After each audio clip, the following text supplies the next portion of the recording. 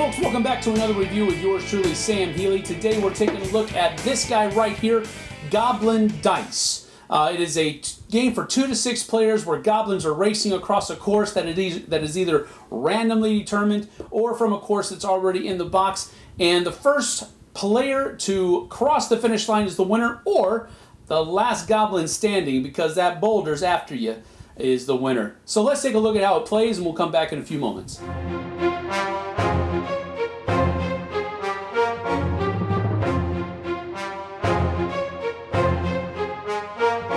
Each player takes 2 dice. And then the dice are all rolled into the middle of the board simultaneously.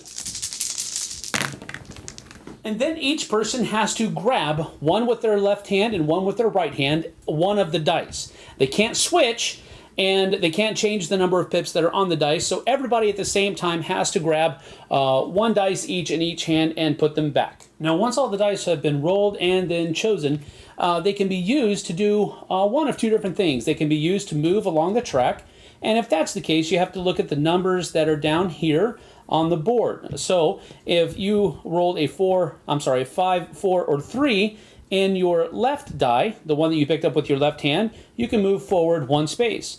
Then in your right hand, if you rolled a 6, 5, 4, or a 3, then you'd be able to move another one, like so. Always moving from left to right. And there is a little dividing line right here between the left side and the right side.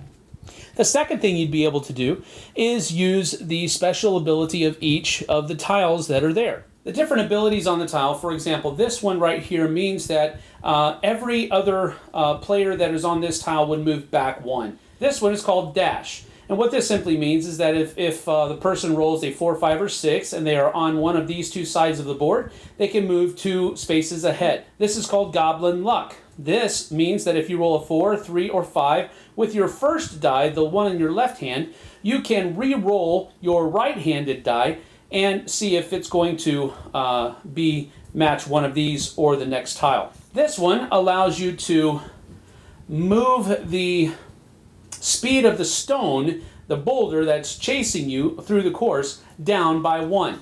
So if you look over here, it starts with 1 speed, and then whenever it hits an incline, for example, like right here, a decline, you would move it up 1 speed because it starts rolling downhill.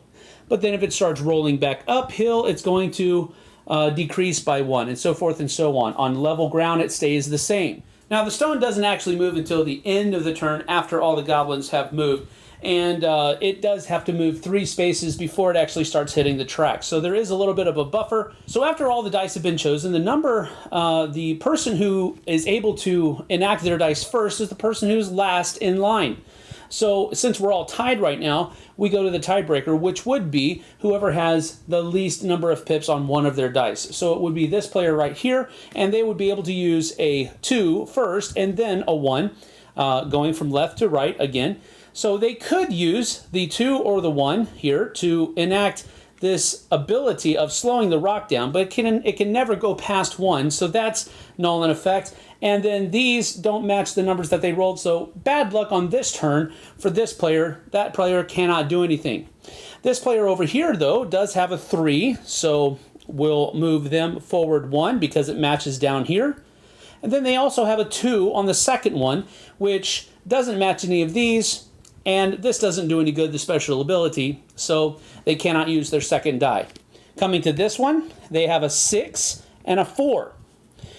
Well, that's kind of bad luck as well, because the 6 doesn't do any good. There aren't any 6s here, and it doesn't actually match this, so the first die doesn't do any good, but the second die does have a effect because it's a 4, so the 4 can move up here. And then here we have a 4, which would be able to move here, and then a 2, which doesn't match anything as well, but this also cannot have an effect, so that's it.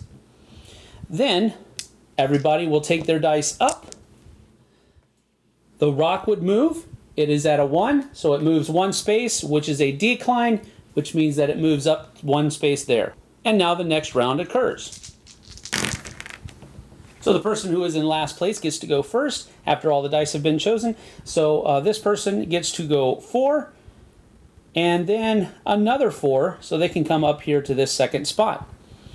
Then over here, we have a 3, which is good here, so we can move 1.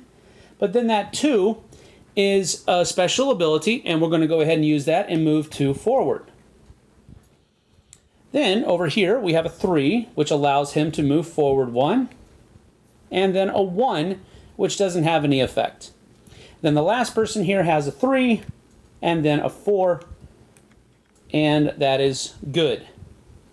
Then this stone moves its 2, so 1 and then 2, and then everybody takes their dice up again. So after all dice have been chosen, the person in last place goes first, but since there is a tie between this person and this person, we look at the person who has the lowest number of pips, which is this one, so they actually get to go first, and then we go clockwise. So this person is going to go 6 with the 1, and then with the 3, they're going to use the special ability on this card, which is move forward by 2. Then this person is going to go with the 6, which allows him to, because of this, allows him to move forward 1, and then a 2, which he's going to slow the rock down by 1, just to be a nice guy. Then over here, this person's going to be able to move 6, and then 5, which would be up here like so. And then finally, that person over there is going to be able to use the 5 and move forward 1. And then the 2, which is down here, once more. Okay, then the rock moves 1. And the race continues until, like I said earlier, one goblin reaches the finish line first, or is the last one standing because all the other goblins have been squished by the rock. And the person who is the last person standing or in first place wins. So that is Goblin Dice. Now, I am not usually one of those kinds of guys that loves these roll and then kind of get your hands in there and grab a whole bunch of stuff, be the first person to do that. I usually don't like doing that because I've been on both sides of somebody having some long fingernails or somebody just getting a little bit too aggressive and smashing people's fingers and stuff like that. So I'm usually not a huge fan of these kinds of games, especially if they go too long. Now, that's one of the good things about Goblin Dice is that it is a very fast game.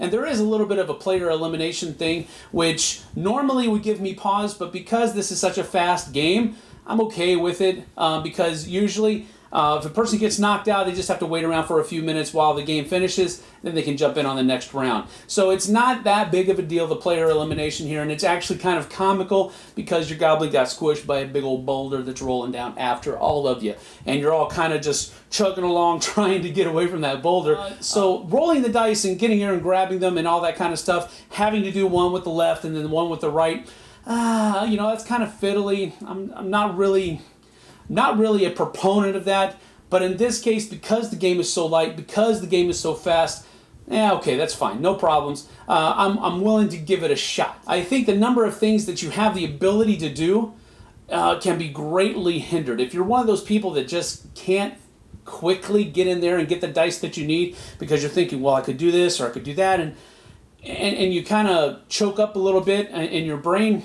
that can really hurt you in this game, because if you don't get the dice that you need, you can't move.